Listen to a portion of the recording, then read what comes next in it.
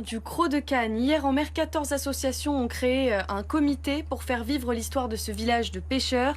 Son nom, l'âme du Cros, Alexandre Plumet.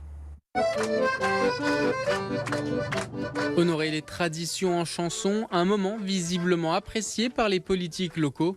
Un vote à main levée en pleine mer a notamment acté l'engagement de 14 associations au sein du comité L'âme au Cros, une consultation sur des pointus en guise de rappel historique. En 1926, les pêcheurs ont voulu que le Cros de Cagnes soit une commune à part entière. Les autorités de l'époque avaient interdit toute manifestation à terre et pour pouvoir délibérer et montrer leur mécontentement, ils s'étaient réunis sur leur bateau, comme on a fait ce matin, devant l'église de la chapelle de Saint-Pierre. La déambulation s'est poursuivie à pied jusqu'à cette chapelle, une unité affichée pour tenter de retrouver une voix qui porte. Pour faire entendre quelques revendications, eh bien effectivement nous sommes réunis, nous sommes regroupés en tant qu'énergie et synergie.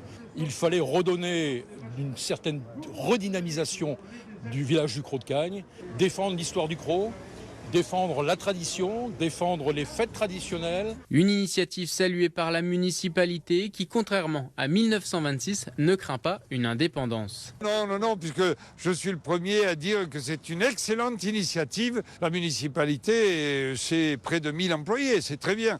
Mais les associations tournent 24 heures sur 24, je dirais, le week-end.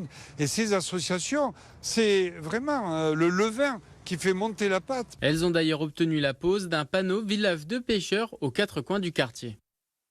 Tout de suite, la météo.